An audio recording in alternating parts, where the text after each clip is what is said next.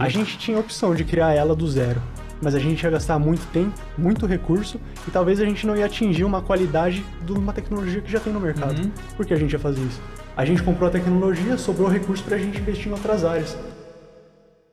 Parece que lançou o GTA brasileiro, o 171. O jogo está sendo desenvolvido por um grupo de 7 pessoas que tiveram a ideia de fazer um GTA brasileiro. E meu amigo, que ideia foda. Geralmente eu não gosto de usar gameplay de fundo nas minhas edições, pra falar a verdade eu detesto, mas nesse caso não vai ter como eu não colocar, já que toda a ambientação do que foi feito até agora tá muito fiel com o interior de São Paulo. O que os caras fizeram foi muito incrível no quesito fidelidade. O jogo lançou acesso antecipado e não demorou muito para que ele se tornasse o top 1 nas vendas da Steam brasileira. O jogo está sendo desenvolvido pela Beta Games Group e há pelo menos 10 anos vem arrecadando dinheiro de crowdfunding. E logo de cara eu preciso dizer que eu não vejo problema nenhum nisso. O projeto dos caras realmente é muito ambicioso para um grupo de apenas 7 pessoas. E eu digo isso porque eu fiz faculdade na área de TI. Uma hora ou outra alguma coisa iria acontecer. E essa coisa foi o modder de GTA aparecer dizendo que os caras do 171 estão metendo um 71. O que o modder tá falando é que eles estão pegando dinheiro que pediram para uma coisa e estão utilizando em outra. Sistema de controle de personagens,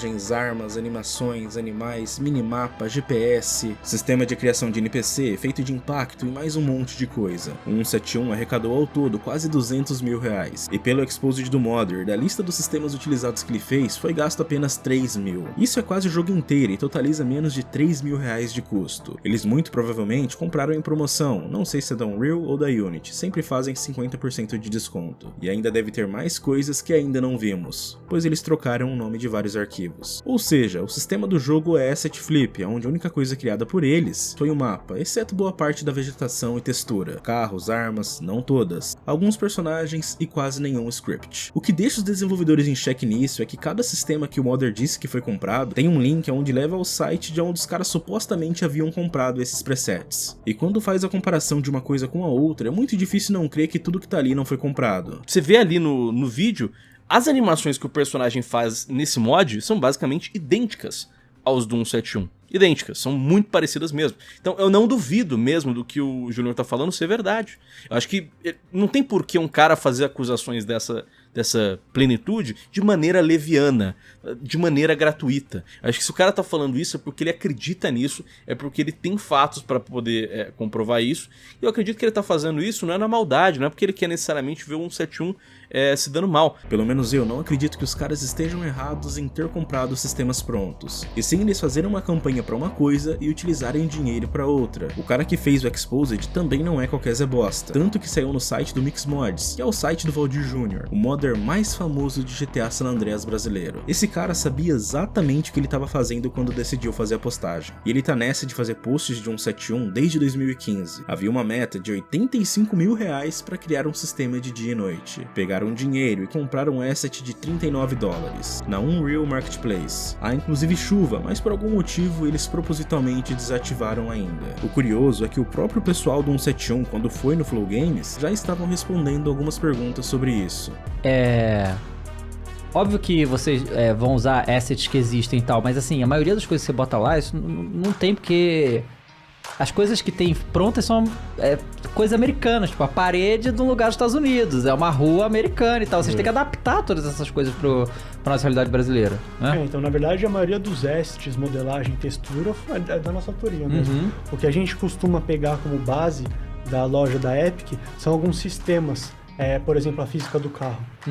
A gente tinha a opção de criar ela do zero, mas a gente ia gastar muito tempo, muito recurso, e talvez a gente não ia atingir uma qualidade de uma tecnologia que já tem no mercado. Por que a gente ia fazer isso?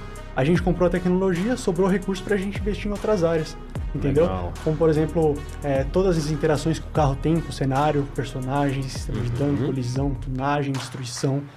Então, isso entra no que eu tava falando de estratégia de viabilização. E a gente vê que no Brasil o pessoal tem muito preconceito com pack. A gente vê que é uma ótima forma de viabilizar um projeto. Interessante essa visão aí. Então, uma dúvida que eu tenho em relação a isso. Por exemplo, você falou que pegaram a física dos carros pra ela. Vocês conseguem mexer nisso também? Tipo assim, tem lá a física, tá pronta. Mas vocês conseguem mexer no troço que já tá pronto? A gente consegue. Inclusive, a gente fez muito isso, modificou, melhorou, adaptou pra nossa realidade, o que a gente quer. Inclusive, os carros que a gente tem, todos eles têm dirigibilidade física diferente. Isso a gente consegue ir mexendo na física que a gente comprou.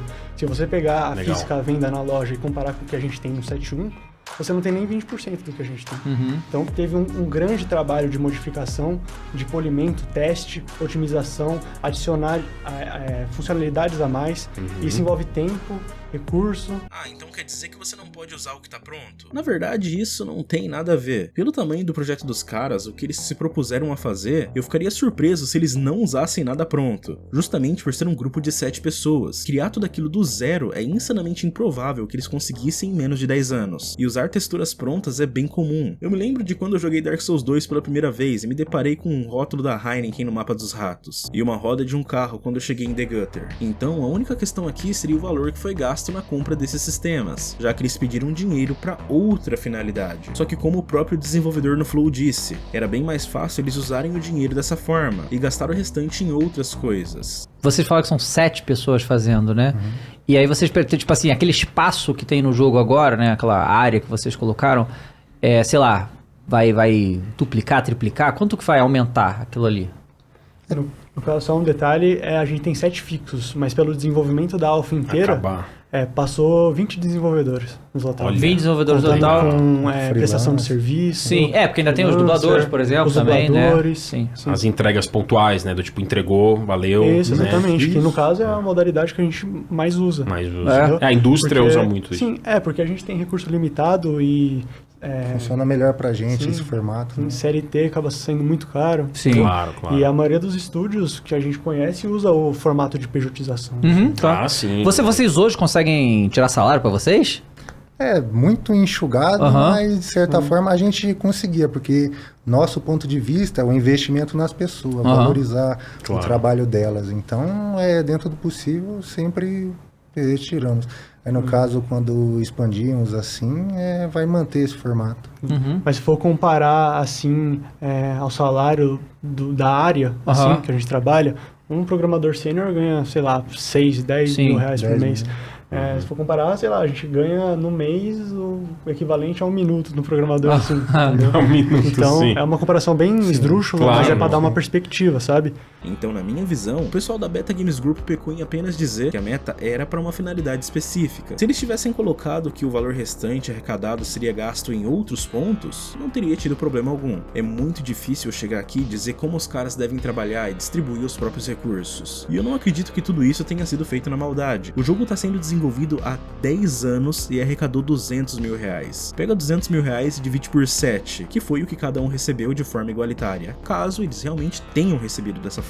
Então você pega o resultado que deu para cada um e vai diluindo em 10 anos. À primeira vista, 200 mil reais parece ser muita grana, mas quando você olha por esse ponto, não é um montante tão grande assim. E no meu ponto de vista do cenário desses caras, isso passa muito distante de ser passivo de um golpe. E como a gente tá falando de um crime, nada mais correto do que os desenvolvedores processarem o cara que tá fazendo esse post e prestarem contas de tudo que foi gasto na produção do game, para que os fãs e o pessoal que tá acreditando nesse projeto ainda se sintam confiantes. Eu não vejo problema nenhum em pedir vaquinha ou qualquer tipo de ajuda, só que se você pediu esse dinheiro para gastar com X e acaba gastando com Y, e não acaba prestando conta do porquê que você fez isso, aí complica um pouco as coisas, pelo menos em relação ao público. Mas como eu disse, eu não acredito que tenha sido na maldade, e também não acredito que tenha sido esse o caso dos caras quererem meter um golpe. Para mim, foi só um erro de comunicação, e tomara que a minha intuição sobre 171 esteja certa. O jogo realmente parece ser muito bom e promissor, e eu tô bem hypado pra quando ele sair, quero ver qual vai ser o resultado final dele.